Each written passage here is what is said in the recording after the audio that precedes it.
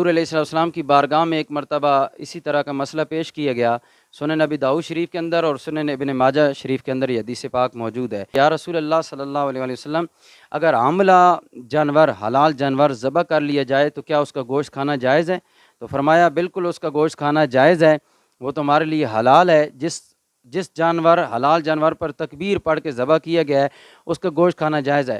تو صحابی نے عرض کی یا رسول اللہ، جو اس کے بطن سے نکلتا ہے یعنی اس کا بچہ جو پیٹ سے نکلتا ہے تو کیا اس کو کھانا بھی؟ حضور علیہ السلام نے فرمایا تمہاری مرضی ہے، کھاؤ یا نہ کھاؤ، اس کو پھینک دو یا اس کو کھا لو، یہ تمہاری مرضی ہے۔